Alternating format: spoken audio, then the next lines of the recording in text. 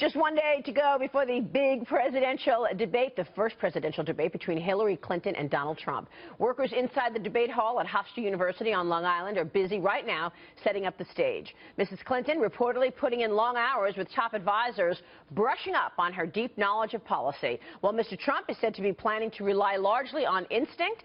He said he will relax and be himself. He's apparently watching video, though, of Mrs. Clinton's best and worst debate moments, looking for any vulnerabilities. So what can we expect tomorrow night? We want to bring in Reince Priebus right now. He is the chairman of the Republican National Committee. Reince, it's great to see you. Good morning. Thank you so much for joining us, Mr. Chairman. Let's begin right there. What are you expecting in terms of what we're going to hear from these two candidates tomorrow night? Well, I think the expectations on Hillary are very, very high. I mean, she's been doing this for 30 years. I think people expect her to know every little detail, and, you know, she has to perform, I think, in a way that is of the highest of expectations. I think in the case of Donald Trump, look, he's the outsider. He's a person who's never run before, let alone be in a presidential debate, but he's going to be ready. And I think one of the things that Donald Trump has going for him is he's got very good instincts. We've seen that. Look, we went through an incredible year in our primary, and I think unlike anything anyone's been through, lots of drama, and 12 debates. And at every one of these debates, as everyone in the pundits said, oh, this is the day that maybe Donald Trump isn't going to be, and every time he won that debate based on the polling that was done afterwards. So he's got good instincts. I think he's obviously a good counterpuncher. I think he speaks a language that people out there can understand, and so I think he's going to have a good night. Some people feel like, look, I want to shake up, I want change. I want to shake up what has been in place for 30 years, but it's a risk. Right. Voting for someone who I know has never been in politics, who I know speaks his mind. Do you want to go with the security of, well, this has been in place, even though there's corruption and we're questioning what will take place in the next 4 to 8 years, or do you want to bet on Trump and take that risk? Well, anytime you have a change candidate, you said it exactly right. Anytime you have a change candidate, it's always change versus risk. In other words, how much risk am I going to take in order to get the change? And the electorate is like a river that flows.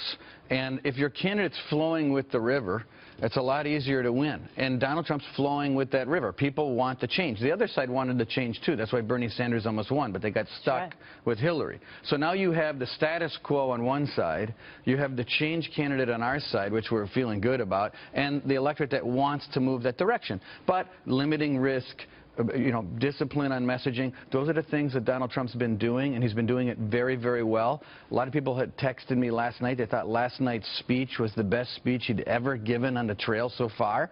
But it's the message discipline that the electorate's looking for, and I think he carries that into tomorrow night. I see good things happening for us. You look at Hillary Clinton's website, and it's literally A to Z. It starts with Alzheimer's. There's so much in there. You look at Donald Trump's website, and it's a 4-point plan on the economy. You know, lower taxes, cut back regulations, tap into energy, and redo trade deals that aren't working for America. Make America great again. It's very specific, very short. So do you want to see all of that specifics that Hillary is bringing, or do you want to see a broad vision for the country that people just say, okay, you know what, this person could be my president? Well, in Donald Trump's mind is also very smart because it's going to the heart of the issues that the American people are concerned about: jobs, foreign policy, security, sovereignty. These are the things that everyone is talking about. The problem with Hillary Clinton is, you know, she's got, as you pointed out, she has all of these ideas, all these incredible things she's going to do in foreign policy and abroad. One of the things that Donald Trump has said so often, which is very true, is, look, I appreciate, Hillary, you have all of these ideas and all of these things you want to do in regard to foreign policy, but of all the people out there in the world that had the opportunity to make these changes, it was you. Right. No one out there watching us right now, Maria, had the opportunity that she had. And did she do it? No, she failed, and it was a disaster. So while it's great to have all these ideas now, what happened when you had the chance? And then each side is trying to get in the other's head. Obviously, Hillary's camp invites Mark Cuban to sit right in the front row, facing Donald Trump right there. Are there rules about what we're going to see on screen from the debate commission? Well, usually when these debates are put on, there are some conversations about what's going to be in the screenshot and what's not. I would hope and expect that the Presidential Debate Commission, the Commission on Presidential Debates, would look at what the screenshot is and make some determinations as far as who should be there, who shouldn't, or the campaign should probably be involved in that process. I don't know where that's going, but that's typically something that does happen before the debate. So it's probably not going to be allowed to have somebody there taunting. I would hope not. I mean, I would think it would be. I don't think we want to have a fiasco here, and I don't think there will be, quite frankly. And I think, so people understand, the Trump campaign has not invited Jennifer Flowers to be at the debate, and obviously this Mark Cuban play, I think, was over the top by the Hillary Clinton campaign. That wasn't just by accident. And look, you know, you hit Donald Trump, and sometimes he counterpunches, even if it's for a laugh. But it's important that they understand that this is something that I don't think is acceptable to taunt and to do those sorts of things. At this point, you've got party unity, it looks like. I mean, Ted Cruz endorsing Donald Trump is a big deal. Is that because you were very clear with people, and you said, look, you're not going to get the money, you're not going to get the Republican National Committee support if you do not get behind the nominee? You did sign a pledge, after all.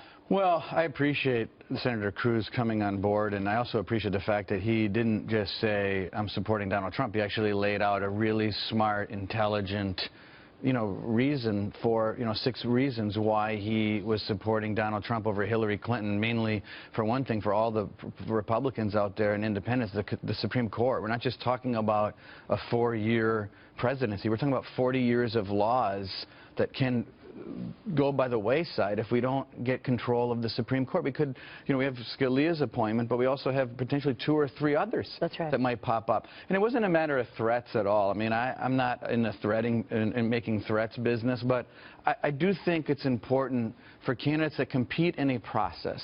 And we have, in some cases, 1, 2, or 3 different pledges with particular candidates. Some signed some signed 1, 2, 3, some signed them all. I just think if you say you're going to want to run under the Republican flag and you say you're going to support the Republican nominee, I think you should just honor that commitment. Otherwise, then don't run. I mean, you don't have to run for president. I mean, we don't need 16 people running. Well, that's why But if you want to be one of the 16, then just live up to your word. That's all. And he did. And for that, I'm very, very appreciative of what Ted Cruz did. Plus, I'd also commend their campaign because they've been very helpful to our party in helping us with data. We have data exchange agreements, and Cruz's campaign has been very, very good about that. And in fact, so has Jeb Bush's campaign, actually. They've been very good with exchanging data with the Republican Party. I like the fact that Ted Cruz was a man of his word, I have to say. And then afterwards, he also said, and by the way, I don't want Hillary Clinton as the president. We'll see what conservatives and Republicans have to say to those people who did not get on board if Hillary Clinton becomes president. They're going to be mad at those people. Well, there's still time, and I'm hoping they'll come on board. All right, we will leave it there. Reince, great to see you. Thank you. An exciting night tomorrow night. We'll be watching. Reince Priebus joining us there.